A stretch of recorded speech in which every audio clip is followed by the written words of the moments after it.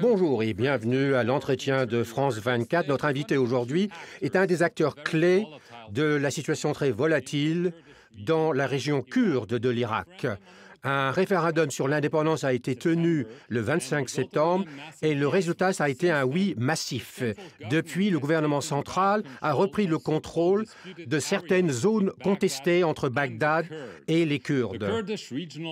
L'autorité régionale kurde, sous la présidence de Massoud Barzani, ont accusé des factions kurdes de les avoir trahis en permettant aux troupes gouvernementales de saisir les zones contestées, surtout la ville riche en pétrole, Kirkouk.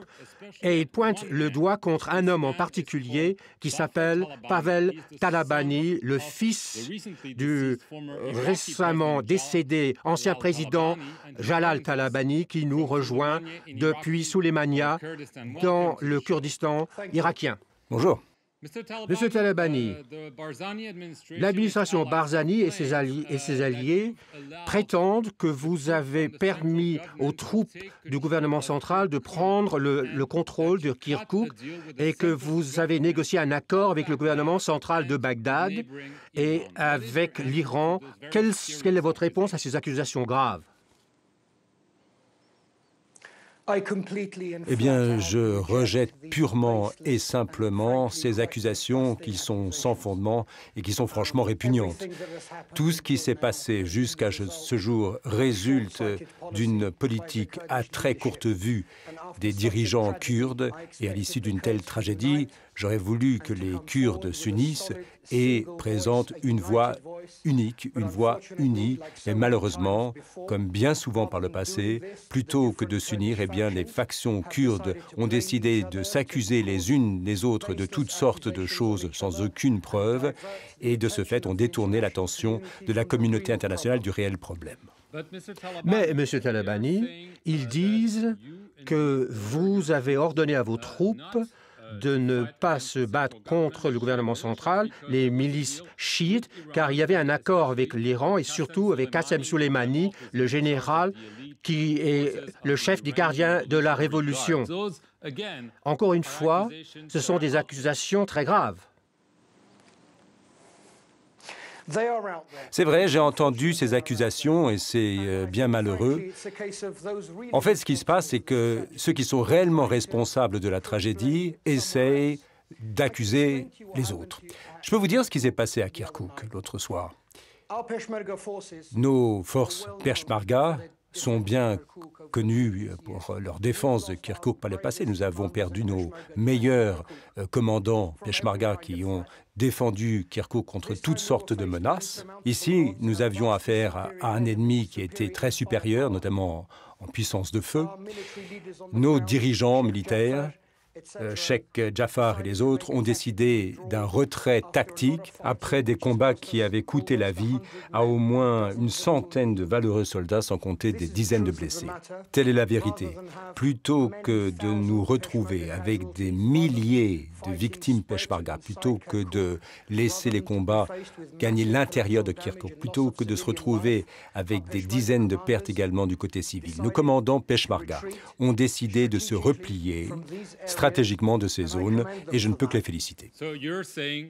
Donc, vous dites que vous n'êtes pas un traître à la cause kurde, contrairement à ce que disent certains membres même de votre parti. Les membres de mon parti qui m'accusent de telles choses, moi je me retourne vers eux. Moi je les accuse de trahison, je les accuse de traîtrise. Moi j'aimerais bien qu'une enquête soit menée là-dessus. Et d'ailleurs j'en ai fait la demande officiellement. Je veux qu'une enquête soit menée pour voir ce qui s'est passé justement à Kirkouk. Et en même temps, je demande une autre enquête, une enquête sur les dirigeants kurdes qui nous ont menés à cette situation aujourd'hui. Je veux qu'il y ait une enquête approfondie pour voir s'ils sont aptes à diriger le peuple kurde. Évidemment, vous parlez de Massoud Barzani. Avant ce référendum, il y avait une sorte d'unité, peut-être de façade, comme on le voit aujourd'hui. Pensez-vous qu'en tenant ce référendum, il a commis une faute historique? Écoutez, je ne veux pas attaquer le président Barzani de quelque façon que ce soit. je ne ferai rien pour réduire la puissance de l'unité kurde, qui est essentielle. Je n'ai aucun respect pour les accusations sans fondement. Je ne veux pas les traîner dans la boue de cette façon. Les Kurdes doivent être unis plus que jamais, mais il faut nous poser la question, comment en sommes-nous arrivés là? Le référendum posait une question qui devait être posée, mais le référendum n'est pas une fin en soi. La fin en soi, c'est le droit du peuple kurde à s'autodéterminer. Et dans les tout derniers jours, les États-Unis, Brett McGurk et Frank Baker ont fait une proposition qui nous aurait protégés, qui nous aurait garanti le droit de mener un référendum dans 2 ans si nous avions négocié avec Bagdad. Mais malheureusement, les dirigeants kurdes, et je ne veux pas singulariser M. Barzani, je suis désolé, je ne veux pas m'entraîner là-dedans, les dirigeants kurdes n'ont pas... Ça a été la faute à ne pas commettre? C'était une erreur colossale. Et même dans les combats à Kirkouk, il y avait encore une opportunité. Alors que les troupes allaient se diriger vers Kirkouk, le Premier ministre nous a tendu la main avec un compromis honorable. Et je peux vous expliquer exactement ce compromis. Si vous le pouvez, mais brièvement, quel a été l'accord proposé par le Premier ministre irakien? Je vais vous le dire. À l'issue d'une journée de négociation, nous sommes arrivés à la proposition suivante. Plutôt que de laisser les troupes irakiennes revenir à la base militaire K1, que celles-ci deviennent un centre de regroupement de la coalition contre Daesh, où il y aurait des troupes américaines, britanniques et d'autres forces de la coalition, ainsi que des troupes conventionnelles irakiennes. Eh bien, cette solution aurait évité la situation catastrophique qui est tombée sur Kirkouk. C'est le seul accord que j'avais soutenu. J'ai un document ici signé par 38 dirigeants sur les 50 membres de l'UPK qui étaient en faveur de cette proposition. C'était un compromis honorable, personne n'aurait perdu. Nous aurions conservé Kirkouk et cette tragédie qui est tombée sur le peuple kurde aurait pu être évitée. Mais malheureusement, une fois de plus, les dirigeants du Kurdistan n'ont pas été en mesure de choisir de prendre la bonne décision. Monsieur, vous dites qu'il y avait un meilleur accord possible. Quelles sont les intentions du Premier ministre? Évidemment, il a dit qu'il veut éviter des heurts, bien que ces heurts se passent encore. Est-ce que vous croyez qu'il veut vraiment accorder l'autonomie et éventuellement l'indépendance, ou plutôt, comme il l'a dit, l'indépendance est exclue? Écoutez, je ne sais pas ce que le Premier ministre Abadi a à l'esprit. Ce que je sais, c'est que Monsieur le Premier ministre Abadi, à plusieurs reprises, nous a tendu la main en nous faisant des propositions, des accords qui, dans certains cas, n'étaient pas acceptables, mais la solution proposée par les Américains, avec cet accord, cette solution de rechange que nous avons refusée, ça c'était une erreur historique, et même sous pression de l'Irak et de son propre peuple, le Premier ministre Abadi nous a encore tendu la main avec une autre solution pour arrêter le chaos à Kirkouk. Mais malheureusement, à cause du timing, les dirigeants kurdes n'ont pas réussi à se mettre d'accord suffisamment vite en tout cas. Et moi, je suis écœuré de voir les martyrs de l'UPK être méprisés comme ils le sont. Et c'est très facile, ce serait très facile pour moi de me retourner et d'accuser les autres. Je pourrais tout aussi bien dire, voilà, nous avons perdu 100 hommes dans la défense de Kirkouk, j'ai des dizaines de blessés et de portés disparus. Il y a des terrains entiers qui ont été abandonnés aux Irakiens sans coup férir. Si je faisais un accord avec l'Irak, j'aimerais bien savoir avec qui les autres ont signé des accords.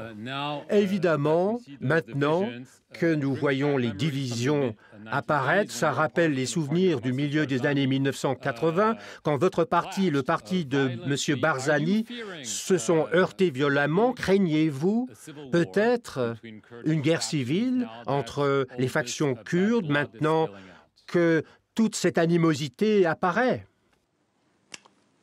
Écoutez, moi, je crains toujours la guerre et les fusions de sang, de la guerre civile.